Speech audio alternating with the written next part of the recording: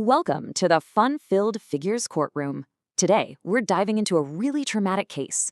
The letter X claims it's been kidnapped from the alphabet and forced into a life of crime in mathematics. Let's get right to the charges. I am an English letter, Your Honor. I was kidnapped and forced into this convoluted mathematical nonsense. I demand justice. Order! I demand justice.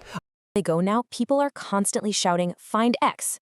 You know, X is just exhausted. They just want their normal, quiet life back in the alphabet. And honestly, can you blame them?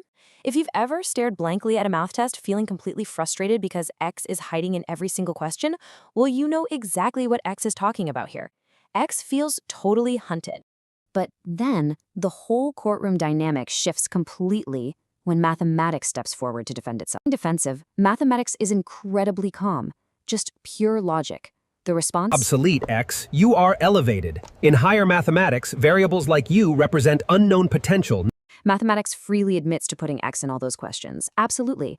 But it argues that it's precisely because X is so uniquely special.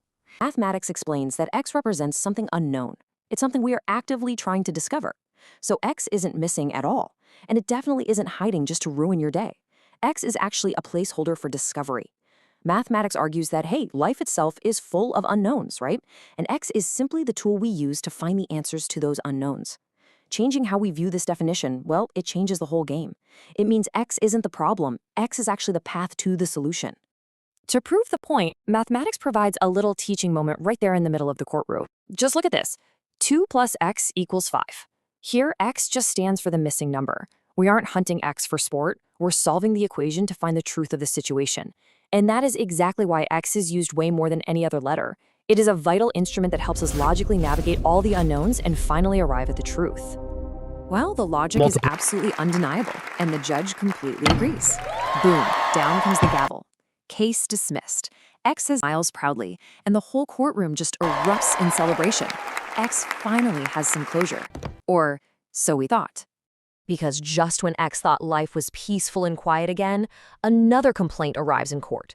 The courtroom starts murmuring loudly because a new, highly intimidating word has just entered the chat: algebra.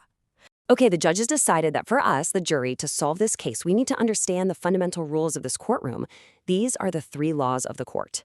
If you follow them, you can solve any mystery X gets into. First up, law number 1, the mystery bucket. Don't let X intimidate you. Seriously, just think of it as a bucket with a lid on it. It's holding a secret number, and our only job is to figure out what's inside. That's it. Simple as that. Second, we have the seesaw law. And you've got to picture this. That equal sign isn't just a random symbol. It's a promise of perfect balance. If you put a 5-pound weight on one side of a seesaw, you have to put 5 pounds on the other, or the whole thing tips over. Well, equations work exactly the same way. And finally, law number 3, and this one is our secret weapon, the opposite trick. To get that mystery bucket X all by itself, you have to undo everything that's happening to it. And how do you do that? You do the exact opposite. If a number is being added, you subtract it. If it's being multiplied, you divide it. This is the master key to getting X all alone. All right, jury, you got the laws? Yes. It's time to examine the evidence. First up is a case the judge calls the glue. So here's the file. 2x equals 10. The letter X is complaining that the number 2 is stuck to it like super glue. And in math, when a number is smushed up against the letter like that, it just means they're being multiplied. So how do we get it unstuck? We use law number 3, the opposite trick. To undo that sticky multiplication, we've got to do its opposite. And the opposite of multiplying is, you guessed it, dividing. So we divide the 2 away from X.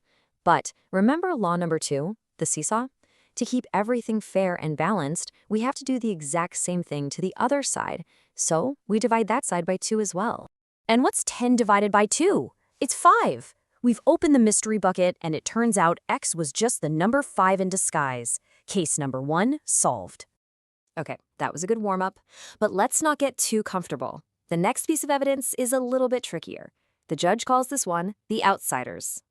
Here's the situation. 3x plus 6 equals 15. So now X is being bothered by a 3 times and a 6. The judge's rule here is simple. Always, always deal with the outsider first.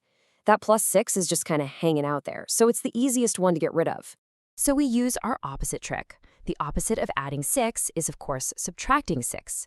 And because of our seesaw law, we have to do it to both sides of the equation to keep that perfect balance.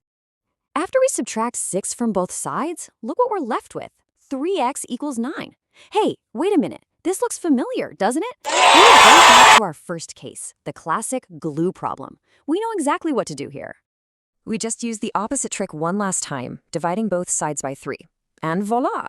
9 divided by 3 is 3. The identity of x in this case is revealed to be the number 3. Okay, jury, prepare yourselves.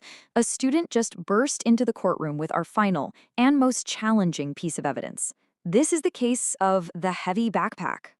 The equation is 4x squared minus 20 equals 124. Whoa!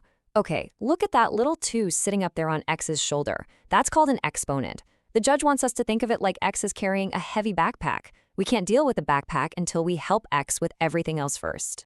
It's all about peeling the layers back one at a time.